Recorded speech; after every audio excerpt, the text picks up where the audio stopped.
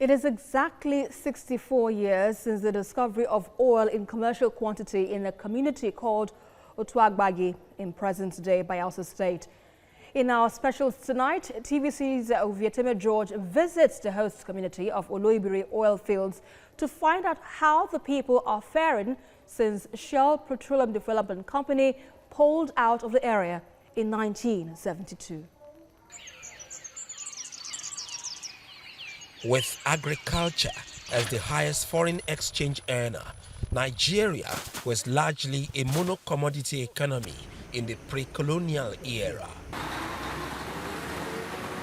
The country was launched into the global oil market in June 1956 when oil was discovered in commercial quantity in Otuabagi, Ogbea local government area of Bayelsa State. The community sits along the way to Ogbea town and has a narrow stream that serves as a tributary to the Kolo Creek. We met a few persons who shared their experiences as teenagers when Shell Petroleum Development Company, then called Shell Darcy, first came to the area for exploration. This elderly man, Aladugo Alafua, recalls that he was 15 years old in 1956. The happiness become ugly when we do. Then the cell say they go make this our place to be like where they come from, London. The elders of this community that time, now big ugly. We take so we go see that well one. Today when you see well one now, you say tears. This one I did one way I did 15 years. Where they get this oil, now this place come be like this. The white man spoke loudly in a foreign accent that we could not understand as we watched them on location 1. They started clearing whitewood and mapping location 1. By the next morning, all cocoyams planted on the farm had been removed with 1 penny as compensation.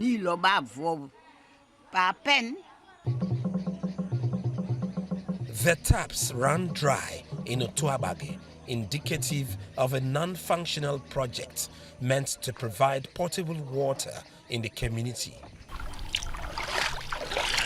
In the absence of toilet facilities in Otuabagi, the people defecate into this creek. Incidentally, it is their only source of drinking water. As a pioneer oil producing community, we are not supposed to lack potable water. But there is no water for us. So we drink from the river. During cholera outbreak, we suffer. During diarrhea outbreak, we suffer. And every waterborne disease that comes, we suffer.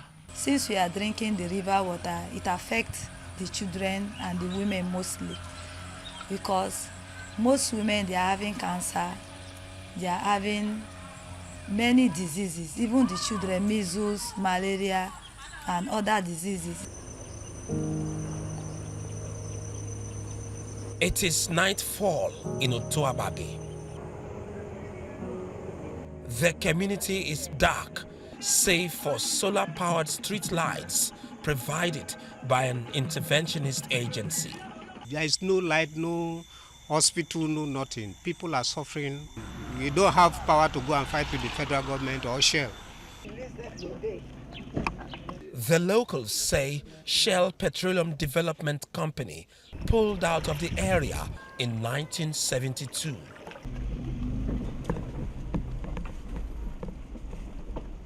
Driving through a narrow footpath with elephant grass caressing both sides of our vehicle, we chose to visit one of the oil wells in the community, at least to satisfy our curiosity.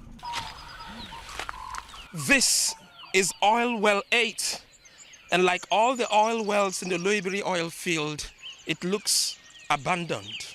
In 2004, there was a major oil spillage in well 14, which of course Shell came and of course attested to the fact that it was as a result of equipment failure. And a spillage that lasted for over 3 days, majorly. And they are telling the world that the wells are dry. They came in again in 2009 and of course they carried out oil servicing in all the wells. If there is no crude oil, then why are they coming to service it? President Shehu Shagari came to the oil field and then actually laid the foundation for an oil museum. Nothing happened till Obasanjo came and then laid another foundation for a petroleum institute. And then that is how it ended. Governments have come and gone and then no person have remembered it anymore. The people of Otuabagi have a very rich history. Here is a foundation stone laid in 2001 by former President Olusegun Obasanjo for the Oloibiri Oil and Gas Research Institute.